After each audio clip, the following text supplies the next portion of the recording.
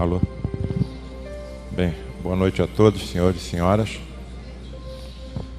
Em primeiro lugar, o agradecimento de nossa pessoa pelo convite que nos foi feito para nós estarmos aqui mais uma vez. E nessa noite, com uma alegria muito grande, porque nós estamos trazendo um livro. O livro não é meu, o livro é nosso.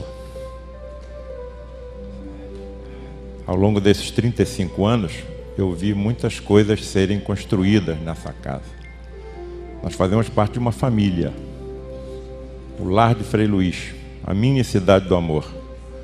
Um educandário social que, além das suas atividades espíritas, kardecistas e cristãs, desenvolve um largo trabalho de assistência social a idosos, a enfermos e a crianças. Eu me considero aqui uma célula de um organismo. Se eu tiver uma célula do meu corpo doente, todo o meu corpo estará doente. Então, se um de nós não tiver um comportamento adequado perante os nossos irmãos dessa instituição, o organismo que compõe o Frei Luís pode também se considerar enfermo. O que eu estou querendo dizer com isso? Eu estou querendo chamar, através desse apelo, que nós elevemos cada vez mais a nossa amizade, a nossa fraternidade, o nosso respeito a esses que foram indicados pelo plano espiritual para exercerem a espinhosa função de presidente, de vice-presidente e de diretores dessas instituições. Só eles sabem o que passam.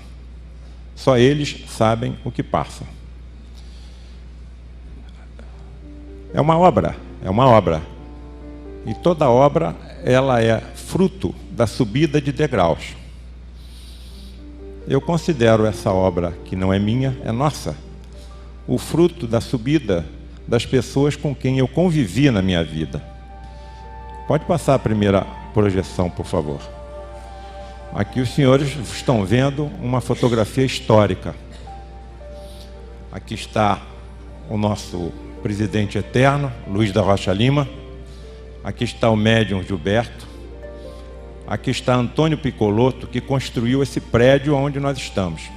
Cada sala dessa instituição tem o seu padrinho, tem o seu construtor, tem o seu patrono. Então todos eles são responsáveis por essa nossa obra. Não sou só eu. Aqui está Rezinski, diretor-presidente da Livraria Ateneu, especializada na edição de livros médicos, de medicina. Eu não conheço nenhum médico que não tenha estudado em algum livro publicado pela Livraria Ateneu. Todos estudaram em algum livro publicado pela Livraria Ateneu. E ela, desassombradamente, publicou todos os livros de Luiz da Rocha Lima. Memórias de um Presente Trabalho, Mensagem dos Espíritos pelo Telefone, O Grande Investidor, Medicina dos Espíritos. Então esses homens são todos dignos do nosso respeito e eu os considero, como a todos, autores dessa nossa obra. Aqui está meu pai, talvez o principal alicerce, a raiz da formação que eu tive e que concluo com esse degrau atual, escrevendo esse livro.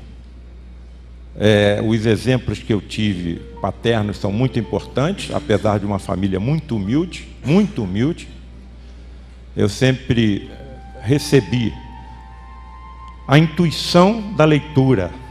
A leitura faz o homem, a leitura faz a mulher. E apesar da nossa humildade, das dificuldades materiais, nunca me faltou a possibilidade do estudo.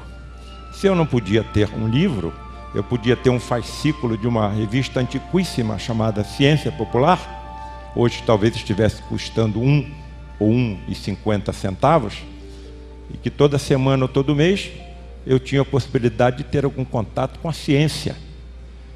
Uma outra revista baratíssima, que eu me lembro da minha juventude, da minha infância, era a coleção Trópicos. E ali eu fui despertando o interesse pela ciência, que evidentemente eclodiu no direcionamento da minha vida em direção à profissão de médico. Eu vivo da ciência, eu preciso da ciência. A ciência evolui e eu tenho que evoluir com ela. Então eu tranquilamente hoje afirmo que eu tenho o meu olho esquerdo na ciência médica e tenho o meu olho direito na ciência e na filosofia do espírito, porque as duas se completam. E aqui estou eu, sentado aqui, como tinha cabelo, meu Deus, sentado aqui nessa cadeira que aqui está, sempre atento a tudo que Luiz da Rocha Lima dizia.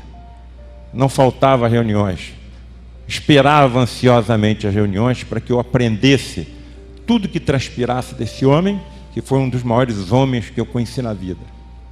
Então esse livro, grande parte, pertence a ele, porque o que eu coloquei nessas páginas foi o que aprendi com esses que aqui estão.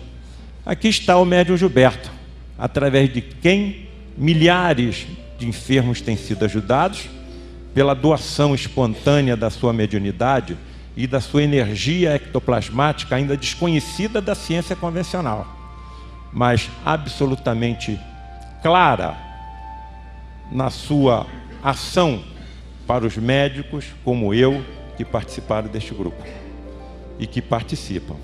Próximo. Aqui está a razão da nossa obra. São 35 anos de diálogos de um médico encarnado com um médico desencarnado. Muitas vezes esses diálogos são através da incorporação mediúnica, outras vezes da superincorporação ou a própria encarnação da entidade médica no médium Gilberto. E outras vezes, poucas, mas absolutamente valiosíssimas, que são os diálogos de um médico encarnado com um médico desencarnado e materializado pelo fenômeno da ectoplasmia. Aqui não há a interferência da mente do médium. Frederico se dirige a mim como ele é. As suas ideias não sofrem nenhuma interferência. As suas informações, as suas instruções, os seus ensinos, que eu não consigo alcançar na totalidade, porque muitas vezes eles nos dizem que em língua humana, seja ela morta ou não morta, não existem vocábulos para descrever o que eles fazem, o que eles veem, o que eles conhecem. E eu sempre me pergunto, e tínhamos diálogos, eu e Ronaldo Luiz Gazola, muito frequentes nesse sentido. E sempre repito nas palestras que eu faço. Existem hoje milhares, milhões de médicos. Por que é que Gazola tomou conhecimento desses fenômenos? Por que que eu, Paulo Roberto e outros colegas que por aqui passaram e passam, é que tomamos conhecimentos dessa medicina fantástica? Não é miraculosa porque o milagre não existe, mas ela é maravilhosa. E a resposta está clara e as próprias entidades nos informam do porquê.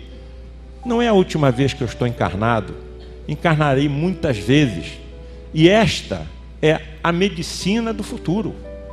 Talvez nós estejamos sendo preparados para que quando voltemos ocupando outros corpos, possamos, com os conhecimentos precariamente ainda adquiridos na presente encarnação, auxiliarmos a medicina do futuro, ao galgar esses degraus que a farão fatalmente se afastar da materialidade da tecnologia, que hoje é fundamental para o tratamento dos nossos pacientes.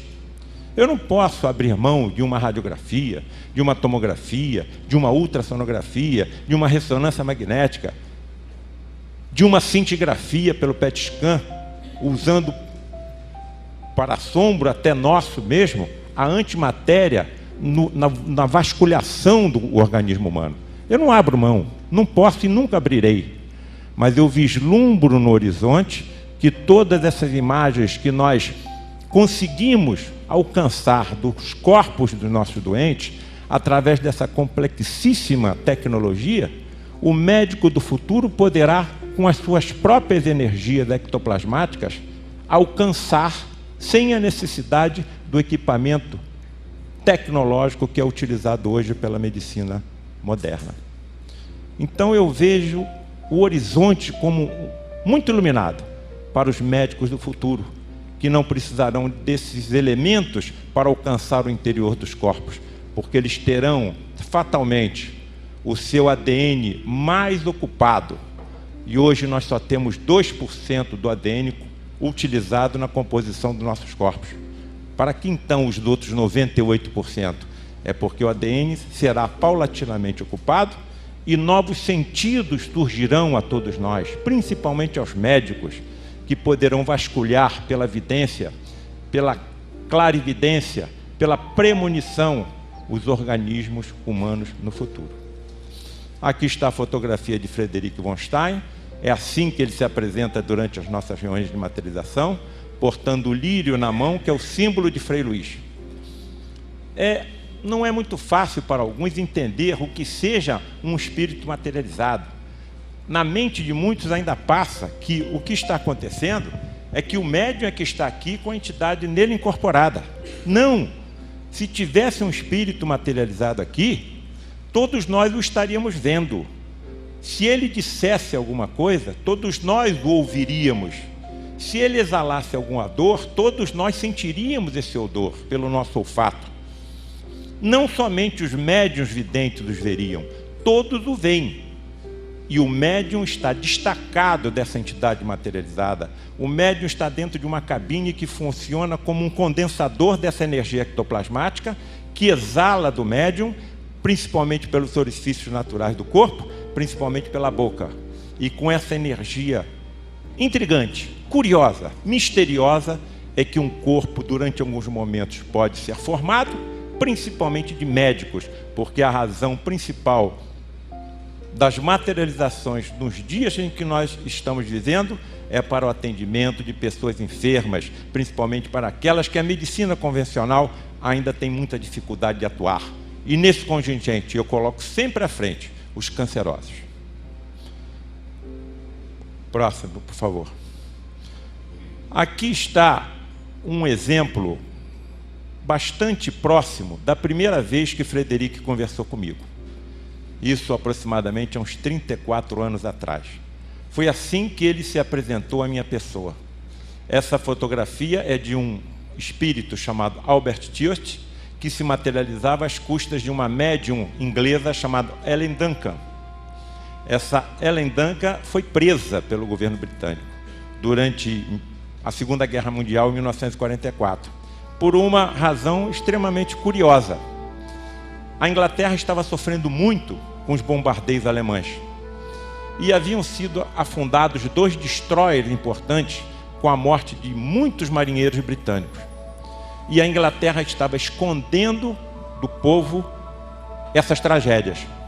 Um povo já muito sofrido e sacrificado com os bombardeios que sofria.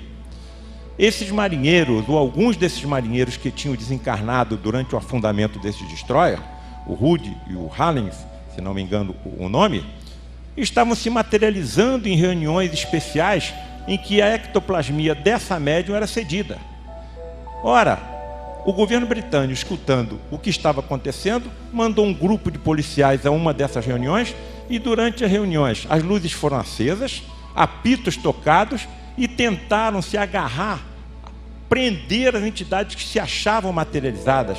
Isso só poderia ser feito com uma pessoa completamente ignorante dos fenômenos da ectoplasmia, porque colocaram a vida da médium em grande perigo.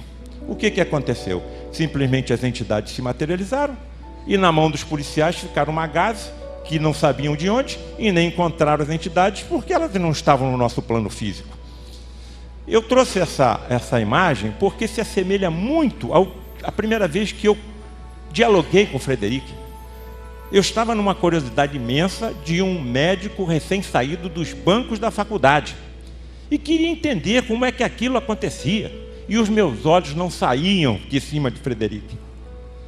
De repente, à distância, enquanto ele cuidava de um dos enfermos que se encontravam nos 5 leitos ocupados por aqueles pacientes, ele se voltou na minha direção e caminhou lentamente, e passava pela minha infantilidade de consciência, pela minha ignorância, o seguinte fato: será que agora Frederic vai me ensinar alguma coisa? Será que agora ele vai me dizer alguma coisa? E a primeira frase que eu escutei desse nosso irmão, Helena, foi a seguinte: Paulo César, se você continuar com um olhar de curiosidade sobre mim, eu serei obrigado a interromper o tratamento dos enfermos.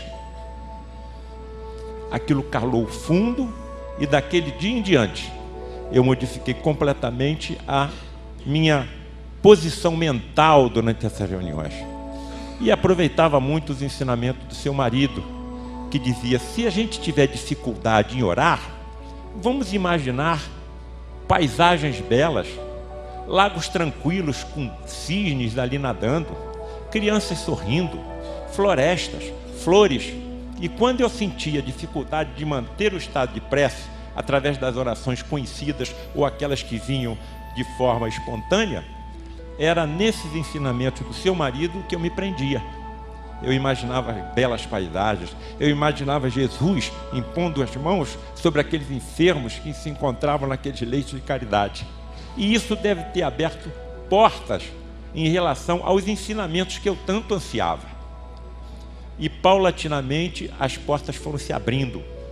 E a primeira vez que eu tive um diálogo maior foi graças ao Dr. Luiz da Rocha Lima, que estava ao lado do leito onde um enfermo estava sendo atendido com o Frederico encarnado no médium, e ele me chamou para perto, pediu autorização e o Frederico consentiu, simplesmente balançando a cabeça. E eu assisti a primeira cirurgia hiperfísica da minha vida. Simplesmente com as mãos, com o médium desnudo da cintura para cima, massageando o tórax de um enfermo. Eu vi o sangue borbotando do tórax daquele doente, sem saber como aquilo acontecia. Não é usado um instrumento. Nessa casa não se usam tesouras, não se usam agulhas, não se usam bisturis, não se usa nenhum instrumento cortante metálico, porque isso entraria em choque com a medicina convencional. O que eu vejo aqui é a atuação das mãos, o que eu vejo aqui é a ação da força mental, que eu estou muito longe de entender, mas eu testemunho que ela funciona. E me coloco, que sempre digo nas minhas palestras, na mesma posição dos discípulos de Jesus, que nada entendiam do que ele fazia. Mas se não fosse pelo seu testemunho, nós nem saberíamos que Jesus existiu. Então, essa obra é um testemunho. Talvez, e eu faço isso em várias colocações do meu texto, eu faço um apelo. Quem sabe alguém que tenha conhecimentos mais profundos do que eu dentro da biologia, conhecimentos mais profundos do que eu dentro da física e dentro da química, consigam explicar ou trazer um pouco mais de luz a tudo o que eu tenho presenciado. E o que eu vou apresentar aqui aos senhores agora são alguns desses diálogos raros, porque a força da ectoplasmia, ela é prioridade do atendimento ao enfermo. E quando a entidade se aproxima de nós e mantém um diálogo, o ectoplasma continua sendo gasto. Então eu não me dirijo à entidade, aguardo que ela se dirija a mim. Mas quando ela se dirige, aí é difícil nós controlarmos a ansiedade das perguntas. E às vezes, talvez, até eu ultrapasse o limite que me é permitido, porque eu tenho uma ânsia muito grande de entender como que eles fazem o que eu vejo ser feito. Próximo. Aqui está uma das perguntas que eu consegui dentro desses diálogos árduos dirigir a Frederico. Como é feita a esterilização do ambiente e da superfície corporal durante as cirurgias hiperfísicas? Próximo. Observem que são cirurgias mesmo, a sangramento, a retirada de peças, vocês estão vendo aqui com nitidez. Algumas dessas peças a entidade nos autoriza a que nós mesmos, com as nossas mãos, a toquemos e a retiremos do corpo dos nossos pacientes. Mas como é que é feita a esterilização disso tudo aqui? Se isso fosse feito num hospital ou no centro cirúrgico da Terra, a complexidade dos procedimentos pré-operatórios é muito grande. O ambiente tem que ser super limpo. O nosso santuário é muito limpo, mas ele não tem a esterilização das substâncias químicas, das radiações ultravioletas de alguns centros mais avançados. Então a primeira pergunta que eu consegui fazer é: como é que é feita a esterilização, já que são cirurgias na acepção da palavra, para que não ocorram infecções, que eu nunca vi ocorrer nesses 35 anos que aqui estou? E a resposta veio. Próximo. Muito bem. Quando a entidade está começando a se materializar, quando o médium está em transe dentro da cabine, a primeira coisa que nós vemos são clarões luminosos semelhantes a relâmpagos. Esses clarões luminosos, evidentemente, eles são compostos por radiações eletromagnéticas, mas de uma natureza, obviamente, diferente daquela que a nossa ciência conhece, porque essas luzes não afetam o ectoplasma. Uma das exigências para que as nossas reuniões ocorram é que haja uma escuridão completa. Não há nenhuma luz acesa. Nós vemos a entidade na escuridão porque elas se apresentam a nós como astros. Elas emitem uma luz própria como se fosse um sol, como se fosse uma lua, embora a lua simplesmente o reflita a luz. Mas nós o vemos porque eles apresentam uma luminescência própria. Segundo o que nos foi informado pelas entidades, esses clarões que provêm da cabine, no momento em que a entidade está se materializando, já fazem uma terrível esterilização de toda a atmosfera, porque muitas dessas regiões, dessas radiações, estão no campo das radiações ultravioletas, que são utilizadas em muitos hospitais da Terra como método de esterilização do ambiente. E um outro método que já tinha sido citado em outras obras que também tratam do assunto é a utilização do ozônio. Quando nós indagamos como que o ozônio é utilizado nessa esterilização, eles confirmaram, e os estudos que nós empreendemos sobre a capacidade de esterilizante do ozônio confirmou, dentro das obras científicas que nós consultamos, o que a entidade tinha nos informado. E nos deu ainda uma informação muito preciosa. Em determinadas concentrações, o ozônio leva também ao sono, à sonolência, leva também ao amortecimento, à anestesia, e as entidades elevadas utilizam esse ozônio para tranquilizar, adormecer entidades pouco evoluídas que tentam de alguma forma prejudicar a nossa reunião. E sempre nos perguntam, mas como é que pode, dentro de uma reunião tão elevada, entidades pouco evoluídas penetrarem? Muito simples. Estão aderidas às nossas auras. O semelhante atrai o semelhante. E às vezes nem Frei Luís consegue afastá-los. E deixam que eles penetrem conosco dentro de uma reunião para que observem o nosso comportamento. E em algumas ocasiões, Frei Luís e Rocha Lima nos dizia que esses enfermos que são levados para os tratamentos caritativos nessas reuniões foram entes queridos dessas entidades que se consideram nossas inimigas. E quando eles veem esses espíritos ou esses enfermos que foram entes queridos deles em outras encarnações recebendo a nossa caridade, modificam o teor de ódio que fazem vibrar em seus corações contra nós. Vejam a profundidade dos ensinamentos, que isso não passaria pela minha cabeça, a não ser que uma entidade viesse e me informasse sobre esses conhecimentos. Próximo. Como é feita a substituição dessas peças cirúrgicas defeituosas que nós vemos serem removidas durante cirurgias hiperfísicas? Como é que vocês evitam essas hemorragias? Vocês atuam no coração, vocês atuam no pulmão, atuam no fígado. Não era possível, em intervenções ultra rápidas, uma coibição eficiente de uma hemorragia feita por um médico terreno encarnado, sem que houvesse o óbito do paciente? Como é que vocês conseguem realizar essas cirurgias com mínimas hemorragias? E eles chegam ao disparate de nos dizer que nem aquele sangramento que nós vemos acontecer poderia acontecer. Eles podem realizar tudo o que realizam sem nenhuma gota de sangue e só deixam ocorrer um pouco de sangramento para aumentar nossa fé, para que realmente nós acreditemos que alguma coisa tenha acontecido, que o paciente que sai ensanguentado acredite que alguma coisa foi feita em seu benefício. Então, quando eu tive uma oportunidade, desferi a minha pergunta: como é que vocês conseguem realizar tudo isso em questões, às vezes, de segundo, de minutos, e essas hemorragias não acontecem? Quando, por exemplo, o órgão cardíaco é envolvido nessa intervenção? Vamos ver o que as entidades nos respondem. Próximo. Aqui está uma das peças cirúrgicas retiradas de um dos nossos pacientes. Fotografia absolutamente científica, feita, me parece, por mim. Inclusive tem uma régua aqui para que nós tenhamos noção do tamanho.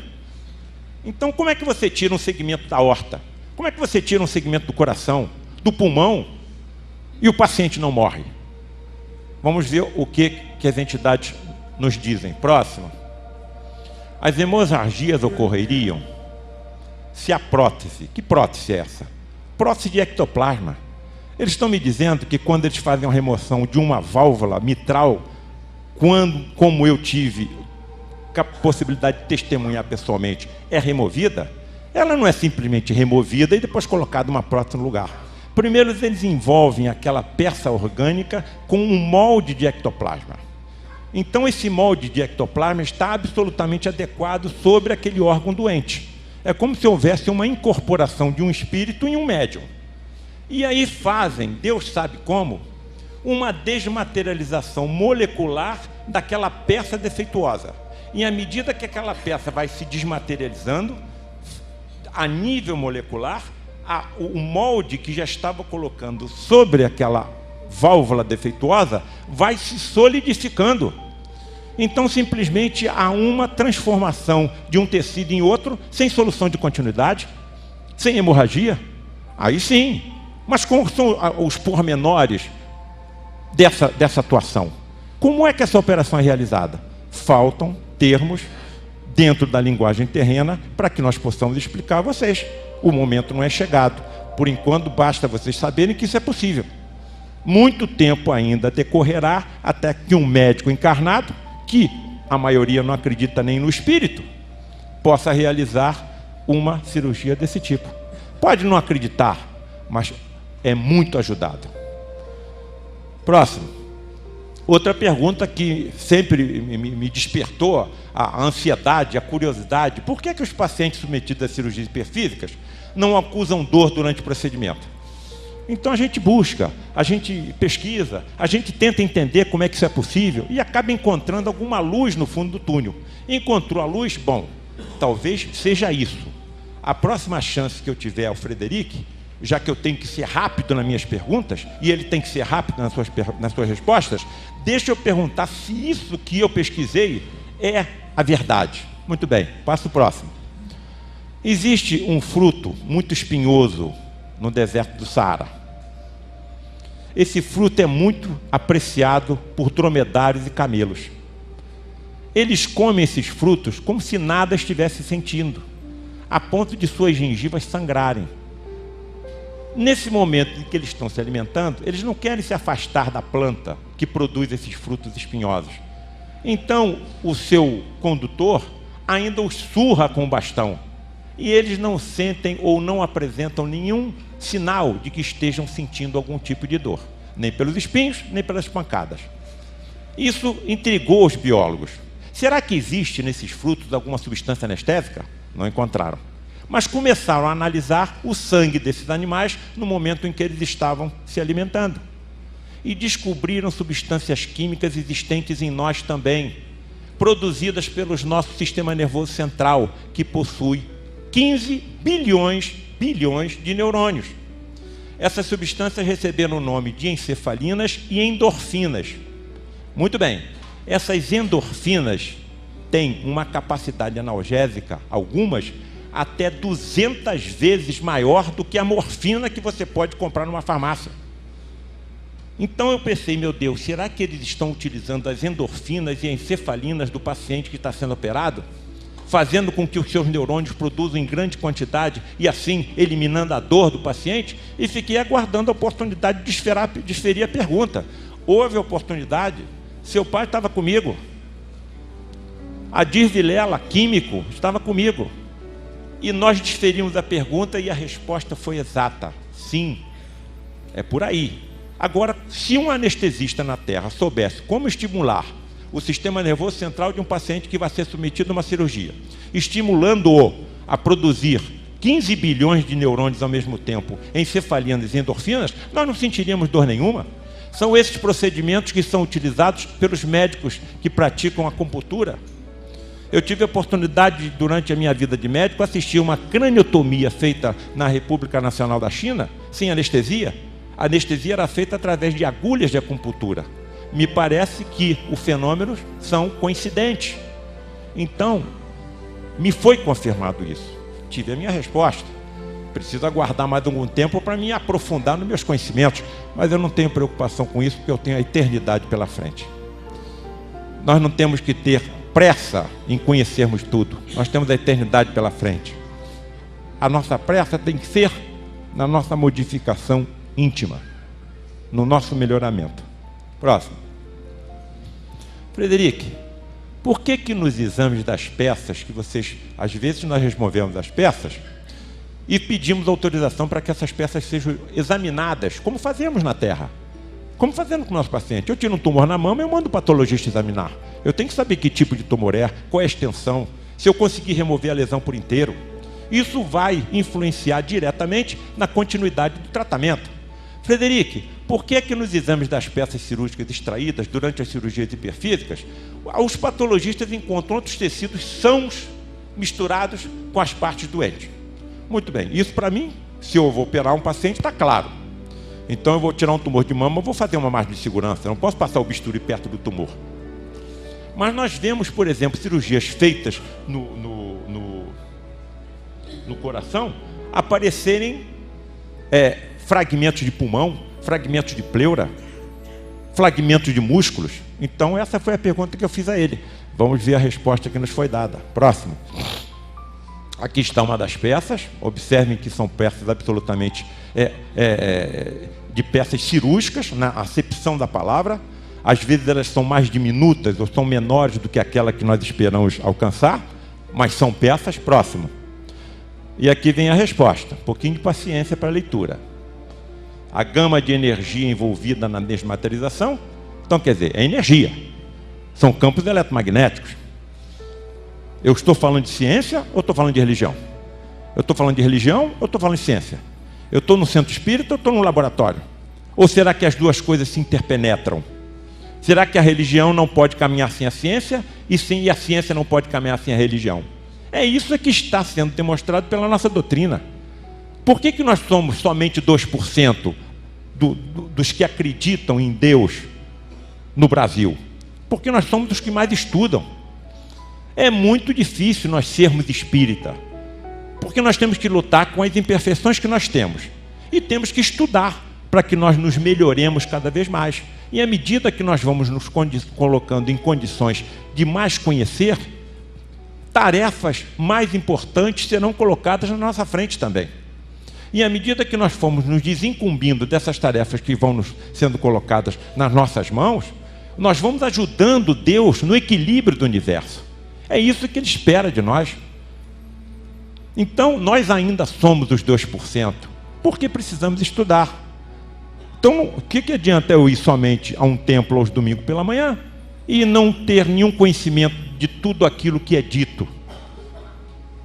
As religiões cristãs, elas estão falando de tudo que aconteceu, e com muita razão, há 2000 anos, no tempo de Jesus Cristo, e utilizando todos aqueles exemplos para tentar melhorar o comportamento da humanidade de hoje. Estão absolutamente certos, porque as religiões são como degraus. Mas à medida que nós vamos evoluindo intelectualmente, aumentando o nosso conhecimento, nós vamos precisando de religiões que acompanhem também a nossa evolução. Muito bem, a gama de energia envolvida na desmaterialização e rematerialização atômica desses tecidos orgânicos, outro corpo qualquer inorgânico, é muito grande. Então, quer dizer, utilizam fabulosas quantidades de energia que nós nem tomamos conhecimento. Nós não temos o direito de penetrar na intimidade desses trabalhos. Gazola falava isso em toda a reunião. Não podemos entrar na intimidade desses trabalhos. Qual é a nossa função? Saber que eles existem e colaborar com eles. Como? Com as preces, com a cúpula mental. Quanto melhor a cúpula mental daqueles que estão auxiliando na base dessas reuniões, mais fácil é a ação desses médicos, todos os enfermos que nós levamos. Então, nós não conseguimos, por vezes, atingir os limites exatos dos tecidos, que são ultrapassados pelo campo energético. Vejam que a impressão que eu tenho é que é um cientista que está falando, não é um mecânico de automóveis, decorrente dessa desintegração atômica. Fragmentos de tecidos e órgãos vizinhos à zona operada podem, assim, ser arrastados ou envolvidos no processo de desmaterialização. ainda é preciso levar em conta a interpenetração dos tecidos entre si nos processos de rematerialização macro e microscópicas das peças extraídas. E à medida que o tecido vai se desmaterializando, a prótese de ectoplasma vai passando do estado de semimaterialização ao de total materialização. Quer dizer, eu estou ouvindo isso de uma entidade materializada. É um médico ensinando outro médico. Imagine a cena. Eu estou ao lado de um fantasma, no qual não faltam nem os lençóis, porque muitas vezes estão cobertos com mantos brancos, confeccionados com ectoplasma, e que foram esses mantos brancos, eu digo isso sempre, que deram origem às histórias cobertas por lençol no passado. Muito bem, isso está absolutamente de acordo com algumas citações científicas feitas pelo Dr. Rocha Lima. Eu utilizei essa citação do Rocha Lima e coloquei aqui embaixo, e quem ler o livro deverá encontrar também essa citação. Pode passar o próximo. E aqui vem outra pergunta. Por que com frequência vejo vocês e outras entidades médicas atuarem em regiões do corpo dos doentes distantes da área enferma? O paciente está com uma lesão no estômago, Frederico está atuando no tórax. O paciente está com tumor no cérebro, Frederico está atuando no abdômen. Aí está a razão da minha pergunta. Por que a distância da zona enferma? Vamos ver a resposta que ele nos dá. A preocupação do enfermo sobre a região do órgão que ele sabe estar doente dificulta a nossa atuação. Então a concentração e a preocupação do paciente sobre o órgão que ele está enfermo dificulta a ação do médico espiritual. Desviamos então sua atenção para outra área, mas na realidade, isso aqui é espantoso, confeccionamos um túnel de ectoplasma até a zona verdadeiramente doente e ali realizamos o procedimento necessário. Durma-se com um barulho desse. Eu vou operar uma vesícula e vou entrar pelo cérebro para desviar a atenção do doente, que vai dificultar a minha ação? Próximo. Como correlacionar a existência de Deus com as doenças da infância? Eu já toquei nesse assunto aqui quando falei sobre câncer. Essa pergunta eu fiz durante uma das nossas reuniões de quarta-feira. Então observem o seguinte, os que não viram, verão. Próximo. Aqui está uma criança com câncer. Essa criança apresentava essa tumoração maligna, já desencarnou, no ventre materno. E eu sempre pergunto, onde é que estava Deus? Estava distraído? Estava dormindo? Estava com sono? Se você não acredita em Deus, o problema está resolvido. Não existe Deus. Isso aqui foi o acaso. Foi uma mutação que ocorreu um acaso, uma célula se transformou numa célula maligna e matou a criança. Mas dentro do ventre materno é possível. Para o acaso não há impossibilidade. É o que a ciência acha. Mas se você acredita em Deus, você está com um problemaço para tu resolver. Como é que Deus deixa uma coisa dessa acontecer? Mas se você souber, próximo. Outro caso também, vejam a tumoração que essa criança tinha. Isso aparece no ventre materno. A criança não teve tempo nem de nascer, fez mal a quem para sofrer? Quando eu faço perguntas para outros representantes de religiões, até por curiosidade ou então até por maldade da inferioridade do meu espírito, onde é que estava Deus? Não tem resposta, a não ser que você acredite que esse espírito não está ocupando pela primeira vez esse corpo. Quantas encarnações esse espírito já teve? Aí vamos ver o que Frederico me responde. Próximo, o óbvio. Entenda os tumores como removedores de impurezas do espírito e tudo se esclarecerá. Então esses tumores que eu acabei de mostrar estão aspirando as impurezas que estão no nosso perispírito. Que impurezas são essas? Aqui nós mesmo colocamos pelo nosso comportamento. Então na hora que eu agrido alguém, na hora que eu falo mal de alguém, na hora que eu desperto a ira contra alguém, isso está impregnando o meu perispírito, está deformando o meu perispírito. Não tem como, isso é matemático, nós não temos como fugir disso. Quando nós desencarnarmos, nós olharemos para o nosso perispírito e verificaremos quantos erros nós cometemos, porque está tudo ali gravado. Não tem como. Então, há determinadas impurezas que são tão grandes, são tão intensas, que não há outra saída para os mentores espirituais do nosso planeta, comandados pelo Cristo planetário, que na Terra é o próprio Jesus. Permitem a reencarnação desses espíritos, permitem que eles adquiram dentro de um programa previamente entabulado, estudado, programado, dentro do genoma e os tumores aspiram essas impurezas. E aí eu sempre toco nesse assunto. Então não vamos operar mais ninguém, vamos deixar o câncer evoluir, todo mundo vai ficar limpo, realmente, porque o espírito é o eterno e o corpo é o temporário. Não. Essa resposta já foi dada no meio do século XIX por Kardec, depois confirmada por Ramatiz. Nenhum de nós sabe até onde deve ir o sofrimento de alguém. Então nós temos que fazer tudo o que estiver ao nosso alcance, sejamos médicos ou não, para aliviar, para curar, para consolar, porque Deus age nas criaturas através das suas próprias criaturas. Nós temos Deus dentro de nós, nós somos deuses, de acordo com as próprias palavras de Jesus. Vós todos sois deuses, aqueles que acreditarem em mim farão as obras que eu faço e outras maiores ainda. Quer dizer, ele está declarando que existem espíritos mais evoluídos que ele, e existem. Esse é o nosso caminho, a nossa trajetória, através da eternidade dos tempos, através dos milênios. E essa felicidade intensa que nós alcançaremos, de acordo com aquilo que nós fizermos, é indescritível em linguagem humana. O Ramatiz disse que não tem como eu descrever o que vos aguarda. Continuem no caminho da bondade.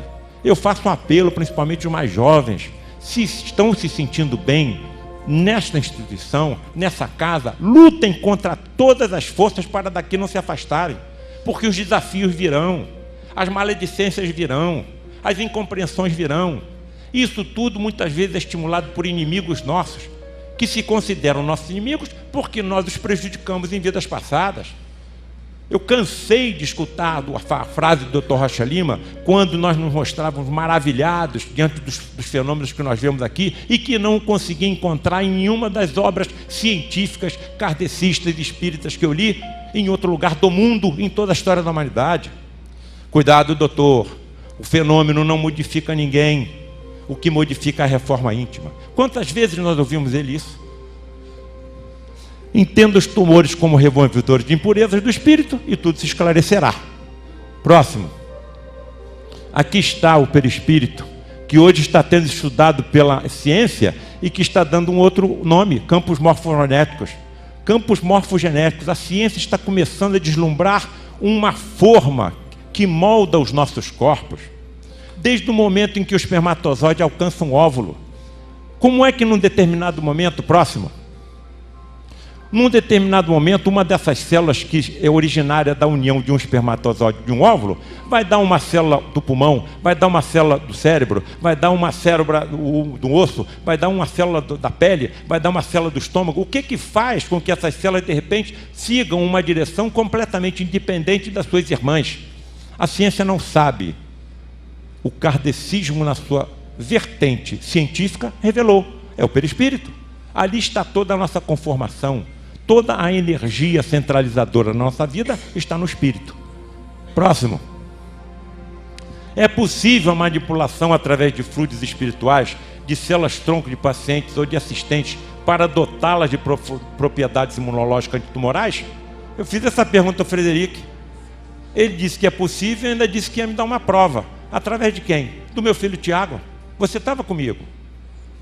Meu filho Tiago começou a apresentar alguns sinais de mediunidade e efeito físico, que geralmente começam na adolescência. Estava com 21 anos e recebemos orientação de Frederico de levá-lo às reuniões de sexta-feira. Ficávamos 7 irmãos com ele, era colocado dentro de uma cabine na tentativa do seu desenvolvimento de mediunidade e efeitos físicos. Ele hoje mora nos Estados Unidos, vamos aguardar a volta para ver se continuamos nesse desenvolvimento. Muito bem, vamos ver o que ele nos diz. Próximo. Aqui está uma célula-tronco da nossa medula óssea. Ela se divide em duas. Todos os órgãos têm a sua célula-tronco adulta. O osso tem, a medula tem, o cérebro tem, o estômago tem, a pele tem, porque as células se renovam. Então, partindo de uma única célula, nós alcançamos todas as células periféricas do nosso sangue. Então, partindo de uma única célula, você pode ter qualquer outra célula do sangue periférico, incluindo as células do sistema imunológico. A minha pergunta é a seguinte: Frederico, você sabe como agir em uma célula-tronco, dirigindo o seu desenvolvimento na direção de uma célula imunológica que combata tumor? Vamos ver o que ele responde. Próximo. Não. não somente podemos dotar as células-tronco adultas do paciente e assistente, atenção os que participam dessas reuniões, a assistência também colabora com medicamentos. Eles têm como remover células nossas que estamos assistindo à reunião, à base da reunião, e modificá-las geneticamente na utilização de medicamentos e de células imunológicas para ajudar o doente que está no leito, com propriedades imunológicas, como também torná-las capazes de bloquear a formação de novos vasos sanguíneos tumorais. Isso aqui me estarreceu. Por quê? Porque na época eu estava muito curioso em saber como é que os tumores cresciam. E estava estudando como é que os tumores desenvolviam a sua própria vascularização. Porque nenhum tumor cresce sem sangue, sem oxigênio, sem nutrientes. Então como é que o tumor chama para si esses vasos sanguíneos anômalos? Se formam numa velocidade vertiginosa.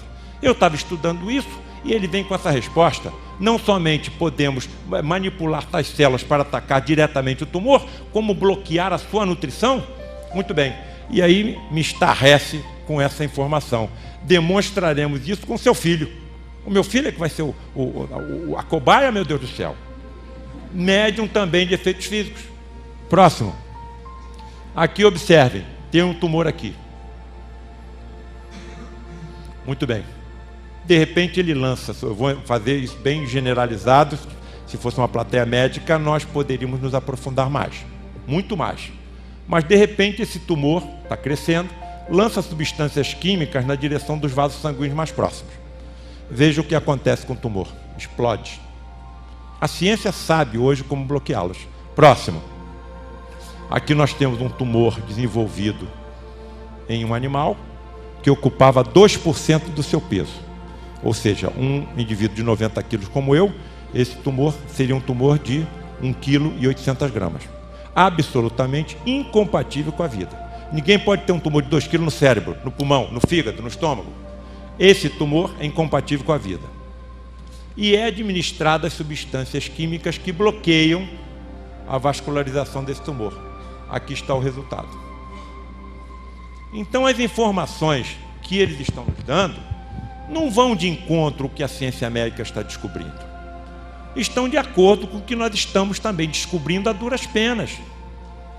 O nós não sabemos é como é que eles, de forma até certo ponto, quase instantaneamente, modificam células imunológicas nossas para combater o tumor de outro paciente e do próprio paciente também. Então essa será a medicina do futuro? Próximo. Todas essas perguntas que eu estou colocando aqui, evidente no livro nós estamos aprofundando. Estamos fazendo citações bibliográficas e aqueles que tiverem interesse poderão aprofundar mais os seus conhecimentos. Mas eu sou um poço de dúvidas e de interrogações. Eu sou um sofredor com as perguntas que enxameiam o meu cérebro e eu não posso perguntar e nem ter esses esclarecimentos. Como você e outras entidades médicas podem visualizar o interior dos corpos dos doentes trazidos para tratamento? Antes de responder isso, eu diria que eu e Helena, mais 5, estávamos presentes numa sexta-feira com o Tiago, meu filho. E me foi ordenado que eu trouxesse para uma reunião, Afonso também conosco, um frasco de laboratório com líquido conservante. Os médicos que estão na plateia devem estar entendendo perfeitamente o que eu estou dizendo. Num determinado momento da nossa reunião, na penumbra, pouquíssimas luzes vermelhas ocultas, com Tiago em uma das cabines, Frederico, incorporado no Gilberto, veio até mim e pegou o frasco e penetrou na cabine onde estava meu filho em transe. Passados alguns minutos em que permanecemos em prece, Frederico saiu da cabine onde estava Tiago e colocou na minha mão o frasco com líquido conservante repleto de coágulos sanguíneos. Repleto de coágulos sanguíneos. Tiago sai mais tarde da cabine. Meu filho, o que você sentiu? Papai, aqui à esquerda, por baixo da... eu senti 2 tremendas agulhadas, como se alguém tivesse penetrado dentro do meu abdômen. Essa região aqui está o baço. o baço é um dos mais importantes órgãos do nosso sistema imunológico. Bom, conversei com a irmã do nosso amigo Carlos Eduardo, que é uma cientista e patologista do Instituto de Manguinhos, e tive condições de abertamente conversar com ela e dizer qual era a origem daquele material, porque ela conhece o nosso grupo, e pedir se havia alguma possibilidade de, em Manguinhos, ela estudar aquele material de forma tão esdrúxula que nós conseguimos obter. Ela levou o material para Manguinhos, tudo isso está descrito com pormenores no livro. Foram examinados por cientistas, inclusive um colega que estava chegando da França, e encontraram nesse material muitas células sanguíneas, principalmente linfócitos, que é os que mais estão presentes em qualquer amostra sanguínea, e dentro desses linfócitos, alguns com ectoplasma e núcleo bastante aumentados, e que, segundo os pesquisadores, poderiam representar células precursoras de células imunológicas. Então, quer dizer, a ciência está, de certa forma, comprovando o que os espíritos estão me dizendo. Então, eu, como médico, depois de 35 anos, vou me deixar levar dentro de uma instituição dessa por qualquer maledicência, por qualquer mal-entendido? Vou me afastar daqui, tendo esse manancial de informações que qualquer médico ansiaria por receber? Então, nós temos que ter muito cuidado. Eu sempre falo isso para os mais jovens. Cuidado, as provas virão. Mantenham-se aqui contra tudo e contra todos. E quanto nós vimos se afastarem por bobagens? Nós sabemos disso. Muito bem, então aqui, como essas entidades médicas podem visualizar o interior dos corpos? Eu só vejo eles aplicarem a luz. Como é que eles sabem onde é que está o tumor? Onde é que está o órgão? Vamos ver o que é que o Frederico me respondeu. Eu vejo o interior dos corpos como se pele eles não possuíssem. Isso está descrito nas obras de André Luiz. André Luiz descreve isso nos livros dele. Nosso Lar, Missionários da Luz, etc. Muito bem. Então ele tem visão de raio-x. Você tem visão de raio-x? Tenho. Eu vejo o interior dos corpos como se pele eles não tivessem. Próximo. E aí você começa a se desesperar e vai mandando pergunta uma atrás da outra. Mas como que você distingue uma célula sadia de uma enferma? Para ele distinguir qual é a célula que está doente, ele tem que ter visão microscópica.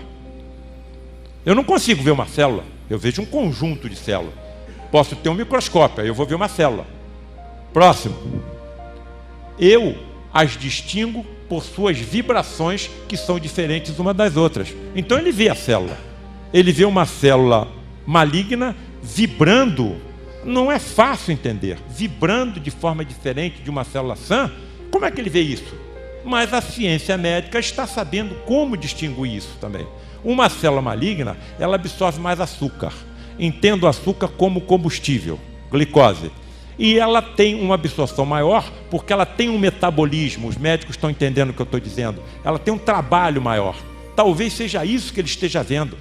Uma vibração, mas nós estamos longe de entender. Mas estamos utilizando essas vibrações mais intensas em células malignas, cancerosas, para identificarmos tumores ocultos.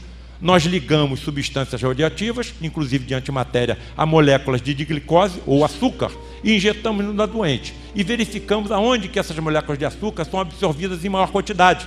E ali pode estar um tumor oculto. Próximo. Aqui está provavelmente o que ele estava querendo me dizer. Células vibrando de forma diferente ou de intensidade diferente de uma célula sã. Próximo. E aqui está o que nós estamos utilizando, o PET scan. A tomografia por emissão de pósitrons. O que são pósitrons? Elétrons com carga positiva, mas o elétron tem carga negativa. Mas nós já estamos usando uma coisa que a ciência descobriu a sua existência, chamada antimatéria. Parece, de acordo com algumas informações científicas, espíritas, kardecistas, que o nosso perispírito é composto por antimatéria. Se isso for verdade, a ciência médica está muito próximo na detecção do nosso perispírito.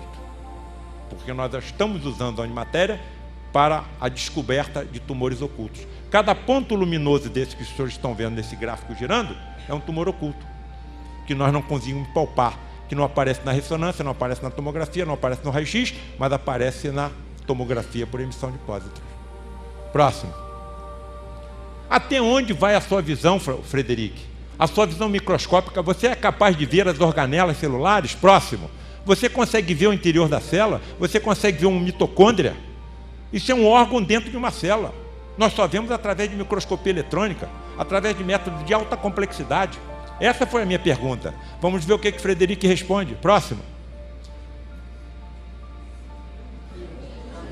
Respondeu que sim. Respondeu que sim. E eu, no meu desespero, vou mais além. Muito bem, você vê a célula. Você vê as organelas intracelulares.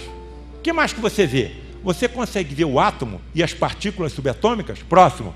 E aí ele vem com uma demonstração de humildade. Não. Próximo. Eu ainda não. Mas os espíritos mais evoluídos que eu podem. Vejo a demonstração de humildade de Frederic nesse momento. Próximo. Bom, e aí esse livro está engatilhado para segundo, desde que Frei Luís permita. O segundo livro, eu já toquei nele aqui, seria Os Monstros da Espiritualidade. Vamos aguardar que Frei Luís permita, porque será um livro muito contundente.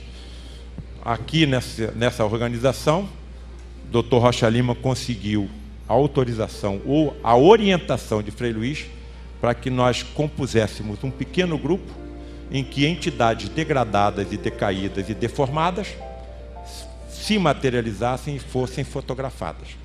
Conseguiu-se nessas reuniões 8 fotografias. Eu não trouxe nenhuma, só vou comentar. E vamos deixar o livro engatilhado para a próxima. Mas uma coisa eu não posso deixar de falar. Isso aconteceu quando eu estava chegando ao grupo, em 1978. 10 irmãos foram designados para... Pode passar o próximo. Pode passar o próximo e depois vamos voltar para esse. Para comparecer a esse santuário que ainda existe no alto da montanha, acima do santuário de materializações. Eles subiam ao entardecer. O médium Ivan de efeitos físicos com ele subia, era colocado numa cabine, as luzes eram apagadas e com eles estava um fotógrafo profissional que armava a sua máquina com filme infravermelho e aguardava um sinal da cabine. Quando o sinal em forma de estalido era dado, a máquina disparava e captava imagens terríveis que estão conosco. Esse livro estava engatilhado pelo Dr. Rocha Lima para ser escrito, e o nome era Monstro da Espiritualidade. Muito bem. O que é que me salta a observação? Eu participei de 2 reuniões dessas. Eu não vou dizer para vocês em relação à minha pessoa, mas sim à pessoa dos outros.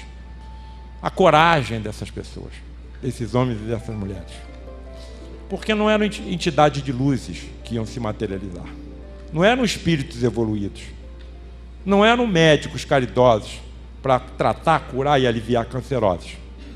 Eram assassinos que iam se materializar. Eram déspotas. Eram inquisidores. Eram espíritos terríveis que nos consideram seus inimigos, tenazes. E que nem por isso deixam de merecer as nossas preces. Por que eu faço preces por um Tomás de Torquemada? Estudem na Inquisição quem foi, o maior inquisidor da Espanha. Eu faço prece por outra entidade,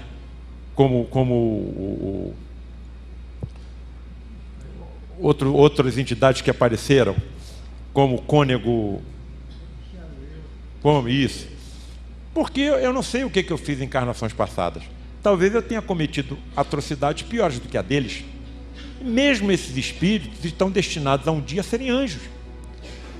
E eu vi aqueles homens, aquelas mulheres subirem essa ladeira, essa floresta, se embrenharem. Havia, inclusive, uma das perguntas que eu fiz ao Frederic, o envolvimento das cabines com fios de cobre. Então, provavelmente, radiações ou energias eletromagnéticas passavam por aqueles filamentos, porque havia o perigo de uma daquelas entidades até se aproximar, sair da cabine e tentar atacar um daqueles componentes. Isso não é história de carochinha para assustar criancinhas, não. Essa é a pura realidade, as fotografias estão conosco. Qual foi a corrente filosófica, religiosa, incluindo o espiritismo, que conseguiu essas provas? Somente aqui, nesse grupo ao qual nós pertencemos. Então eu vejo com muita assim, seriedade tudo que aqui ocorre. E volto ao anterior, porque no dia que essas fotografias forem divulgadas no nosso livro, eu pretendo começar o livro com o que aqui está. Teoricamente, em princípio, um documento fotográfico não seria jamais por ele mesmo a prova da realidade ou da falsidade de um fenômeno.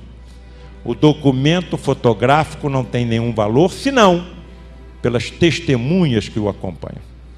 Luiz da Rocha Lima. Próximo. Próximo. Aqui a imagem que eu sempre vislumbro na minha mente antes de entrar num ato cirúrgico e que sugeri aos editores que nela se baseassem quando confeccionassem a capa do livro. E me parece que eles foram muito felizes na confecção dessa capa. Próximo. E aqui o nosso protetor maior, em que nós só teremos condições de avaliar o que ele fez por nós quando nós desencarnarmos. Nós ainda não temos condições de imaginar todo o bem que esse Espírito fez por cada um dos que aqui estão, a cada um de que tiveram contato, mesmo que seja por um dia, com essa sagrada instituição. Eu agradeço a atenção de todos, agradeço a diretoria e me coloco aí à disposição para tudo que eu puder, dentro da minha humildade, realizar em auxílio aos que aqui trabalham. Muito obrigado.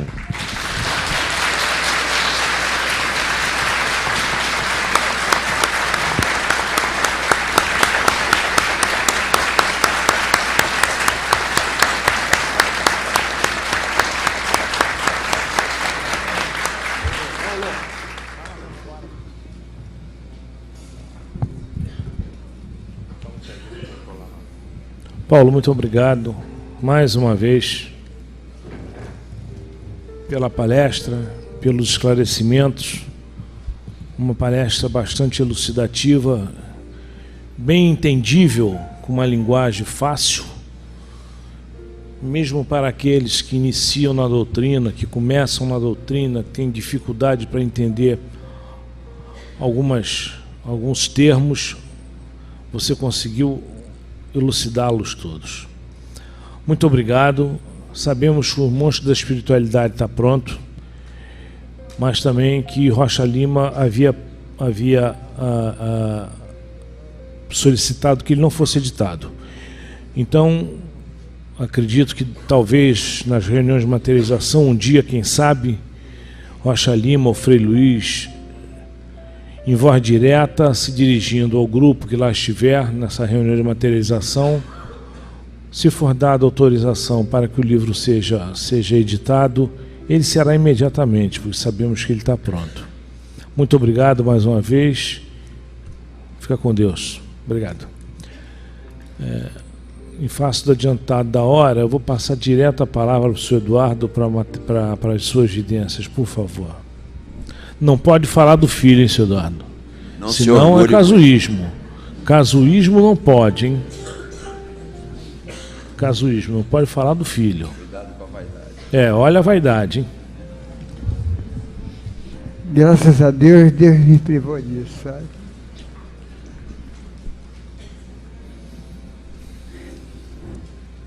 Seres esquálidos, olhos esbugalados, com os dedos cheios de anéis, vestes suntuosas, demonstravam muito sofrimento. Chegavam chorando, foram recebidos pelos pretos velhos e levados para as salas 3, 4, 7, 10 e 11. Os índios queimavam formas, pensamentos, fardos imensos, bolas de ferro e faixas atadas que envolviam a muitos dos que chegavam. Ao sul, assim que chegavam, tinham sido tratados especialmente porque tinham comido carne, bebido álcool. E muitos se demonstravam arrogância, impaciência, tiveram que ser isolados em redomas transparentes pelos nossos índios. Todos chegavam, tanto os encarnados como os desencarnados, depois do primeiro atendimento, foram separados em 2 grupos. O da direita foram encaminhados para as salas 1, 2, 5, 6, 8 e 9. E o da esquerda para o centro, para o centro, pelos árabes, para assistirem nossa palestra. Os médiuns que estavam bem preparados atendiam os que chegavam de forma amável e até carinhosa. Vários pareciam ter asas nos pés. Tal era a leveza e rapidez que eles, sorrindo, demonstravam carinho pelos que eles atendiam. Os médios de apoio, quando foram para a sala 10, também assim pareciam. As entidades, tendo à frente José Roulete, levaram recursos espirituais para os nossos irmãos enfermos em seus leitos de dores. Entre os que receberam tratamento, vimos Ângela Tedesco, Joaquim, Júlia Madeira e Maiboy.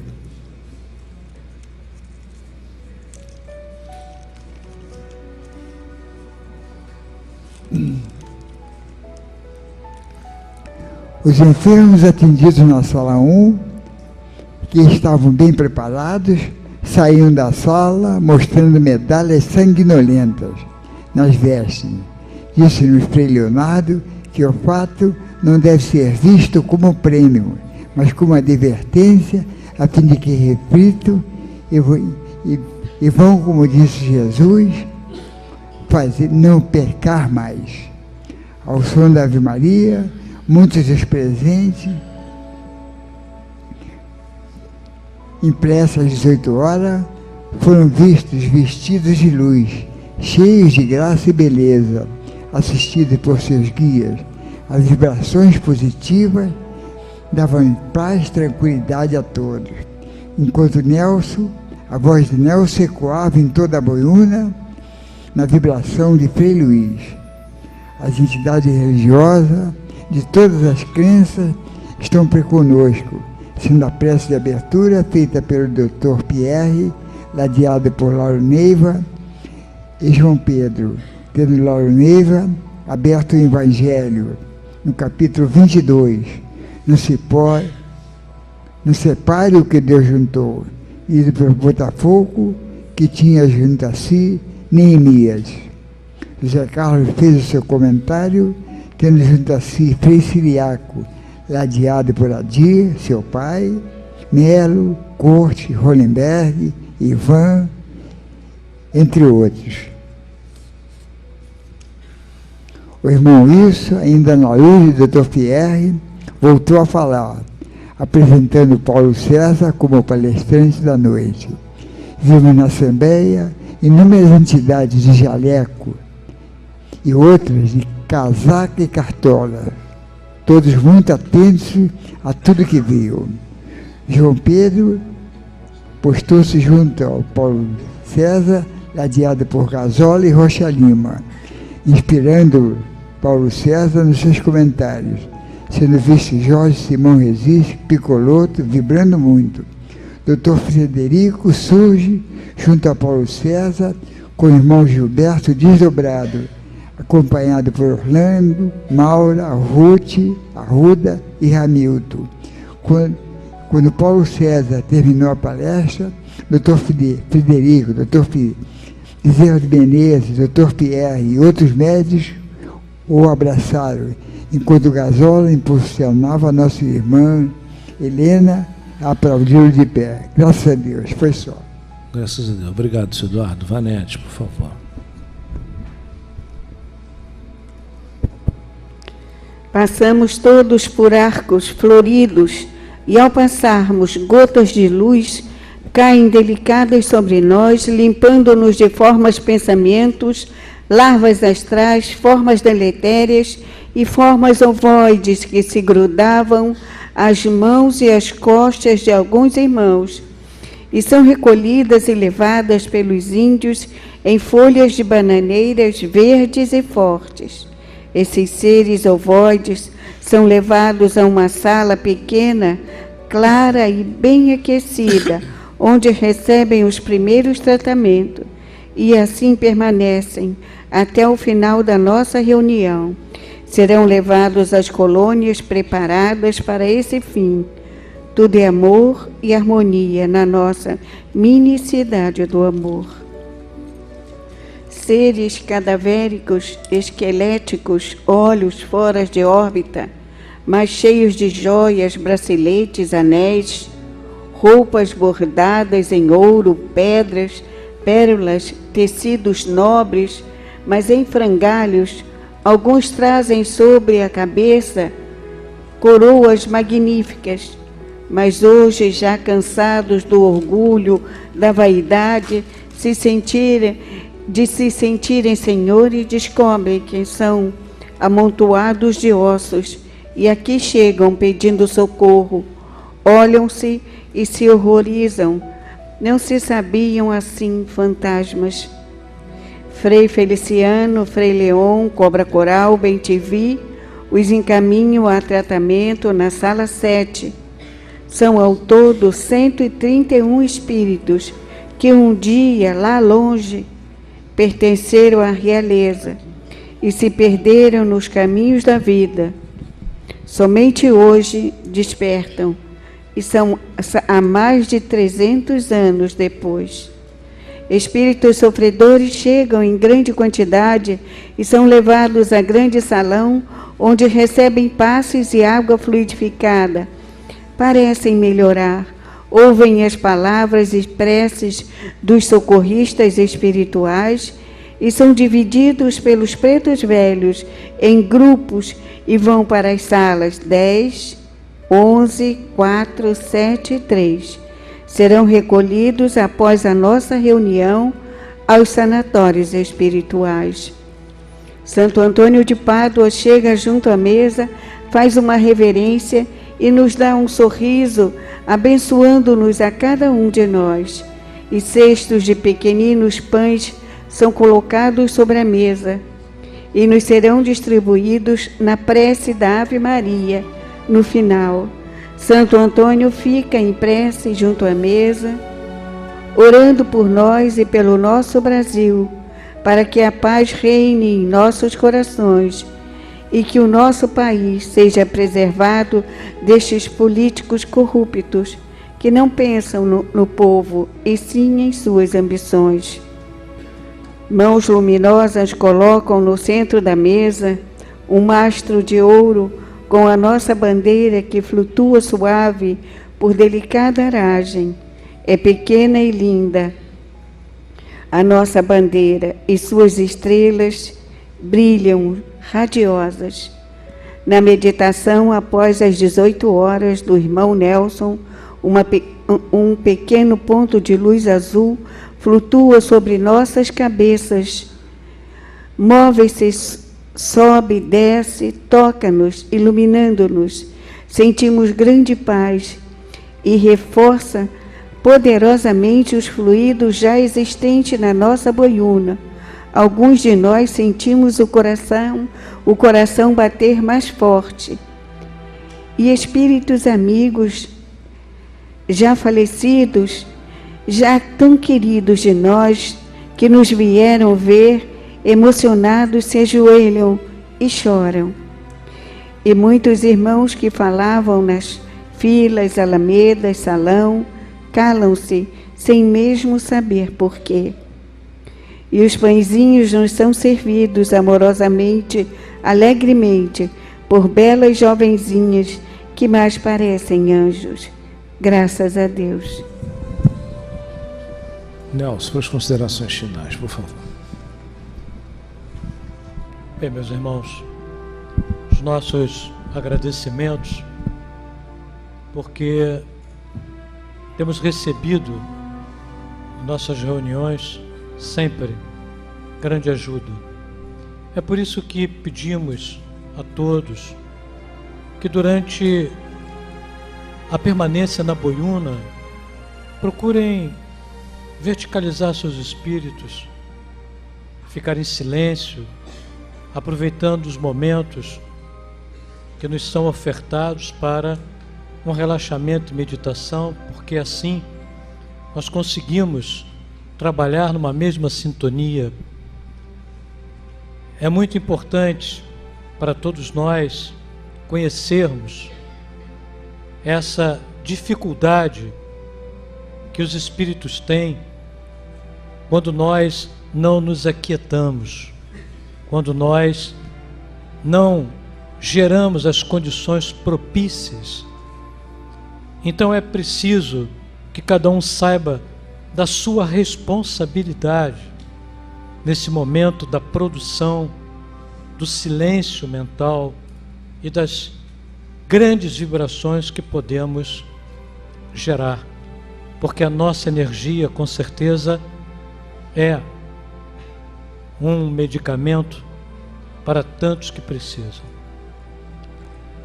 Eu, quando elevo meu pensamento agradecendo aos espíritos, eu também agradeço muito aos meus irmãos encarnados que se dedicam a pesquisar, a estudar e a nos transmitir um pouco de conhecimento. E é por isso que nas minhas preces eu não excluo absolutamente aqueles que estão nos ajudando com os seus conhecimentos, com as suas pesquisas. Entregam-se para nos doar, para nos permitir uma melhor condição de vida e de crescimento. E hoje, o que Deus uniu, o homem não pode separar, foi o ponto. E vamos encerrar esta reunião, saborosa reunião, da saborosa reunião, lembrando que a família é o elemento fundamental, e se assim não fosse, a declaração do Paulo César não teria validade alguma. E é por isso que, antes de fazer a prece, pedindo que o Sr. Eduardo faça a prece, porque ele é o pai do Paulo César e com certeza tudo isso que o Paulo César tem, que é do seu espírito, não seria se não fosse essa visão, esse tratamento e essa união. Mas antes dele finalizar para a gente fazendo a prece, com agradecimento a tudo que nos foi dado hoje, eu peço que se unam amanhã entre 6 e 9 horas para fortalecer os trabalhos que aqui a casa desenvolve de 15 em 15 dias, às quintas-feiras, para os dependentes químicos. Vamos então unir em pensamento toda a nossa existência para que outros possam também ter essa oportunidade. Então, Sr. Eduardo, nos brinde com a prece final, por favor.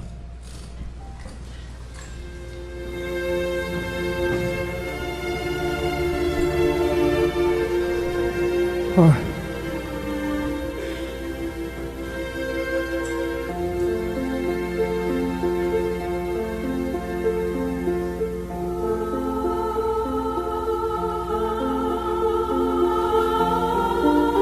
Pai de eterna bondade, ajoelhados em espírito, nós vos agradecemos, Senhor, as sucessivas provas da realidade do plano espiritual. Hoje tivemos mais uma dessas provas, Senhor, que Tu não cansas de nos enviar. Nossa irmã Helena, ao sentar-se ao meu lado, mostrou seu dedo com a marca de sua aliança e me disse: são 40 anos. E eu repliquei para ela: Eu sei dessa emoção, porque a minha durou 60 anos, mostrando como o plano espiritual está atento, nos preparando para a noite de hoje. E o ponto aberto a esmo caiu justamente, não separeis o que Deus juntou. Para nós que estamos sempre sentados, atentos a tudo que se passa, nós recebemos como uma prova. Vem meu filho, fala sobre sua experiência ao longo de tantos anos, apoiada no princípio, pelos livros que eu deixava de propósito aberto em certos locais, para que se ele passasse, lesse alguma coisa. E ele foi despertado pela espiritualidade, por uma cirurgia que eu sofri, que nos salvou do segundo para o terceiro ano de sua faculdade de medicina. Ó Senhor, por isso, sempre agradeço todo amparo, toda proteção, que me deu saúde, tranquilidade, felicidade, para chegar a essa idade, lúcido, feliz, contente com tudo que tenho recebido e espero ainda receber. Uma delas foi agora com o nascimento do meu bisneto, que em sonho meu neto recebeu a mensagem de que o Rodrigo, meu bisneto, era a encarnação da minha mãe. E eu confirmei. Por isso, Senhor, aqui estamos hoje, de mãos dadas, corações unidos, mentes elevadas a Ti, para agradecer tudo que temos alcançado nesta casa, pedindo, ajoelhados em espírito, como carentes que somos e pedintes eternos, faz que sejamos hoje melhores que fomos ontem, e amanhã melhores que somos hoje, a fim de que todos se aproximarem de nós, possam sentir a vossa presença, através do nosso olhar de atenção, da nossa palavra de consolo, do nosso sorriso de simpatia, para que a paz, Senhor, esteja sempre em nossos corações, que as forças penetrem sempre em nossas mentes, se esclarecendo, nos iluminando, a fim de que possamos todo dia, ao darmos bom dia para nós mesmos, dizermos estamos bem, estamos cada vez melhor, sobre todos os pontos de vista, porque temos fé em Jesus e seus mensageiros estão conosco. Terminamos, Senhor, pedindo pelas nossas crianças, que aqui vem em grande número, pelos nossos anciões aqui abrigados, pelos nossos funcionários que aqui labutam diariamente, pelos nossos voluntários e, sobretudo, pelos médios de frente, liderados por Gilberto, porque todos são médios de prova, que eles possam merecer de todos nós a simpatia, a indulgência, a compreensão e as nossas preces.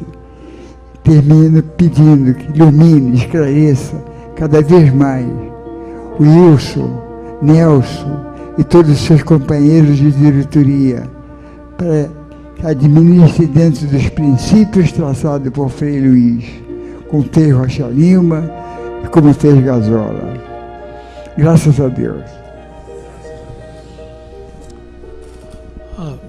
A ministridade do amor, por favor.